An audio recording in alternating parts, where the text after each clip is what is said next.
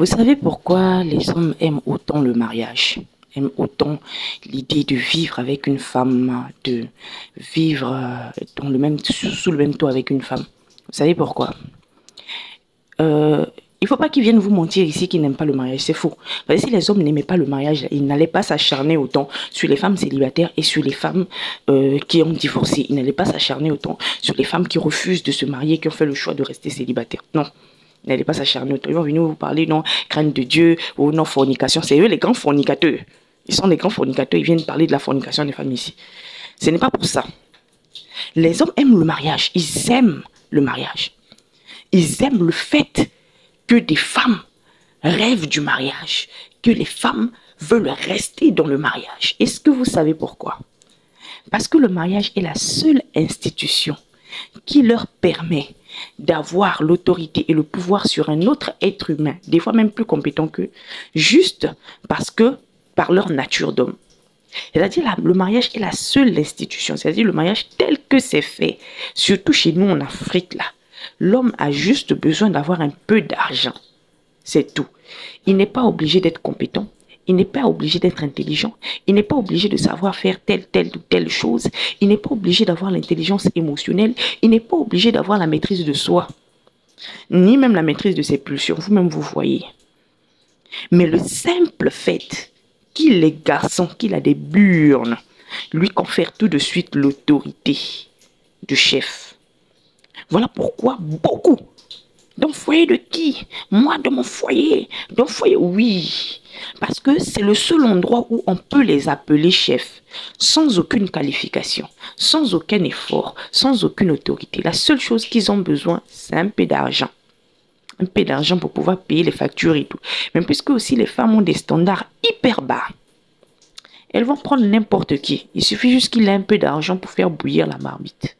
C'est tout. Comme ça, moi je dis toujours ici, tous les hommes ne sont pas mariables. Tous les hommes n'ont pas la compétence d'être des époux.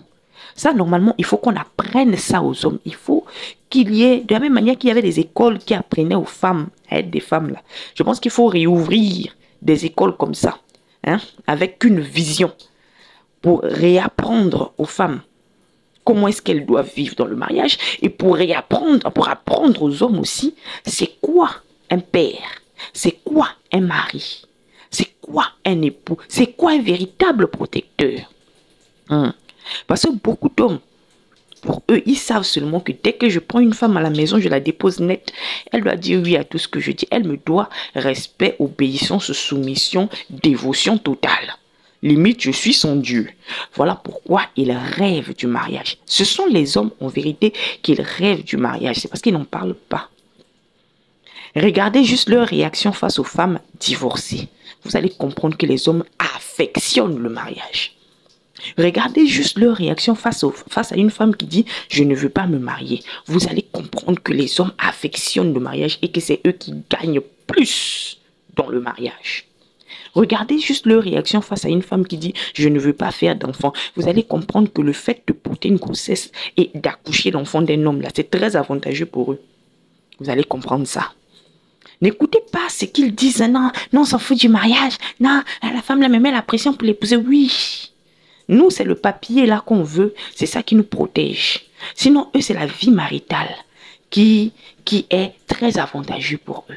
Parce que c'est le seul endroit où on va l'appeler chef sans aucune qualification.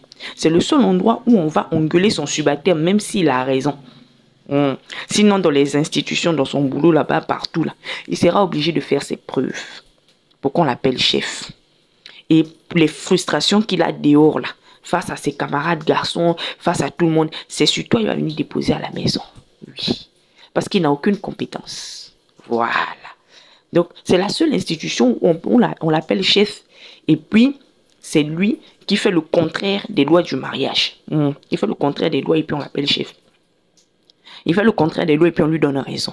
Voilà pourquoi ils affectionnent le mariage. Donc, faites attention à qui vous allez épouser. Épousez un mari, épousez un père. N'épousez pas celui qui cherche une femme et des enfants. Merci.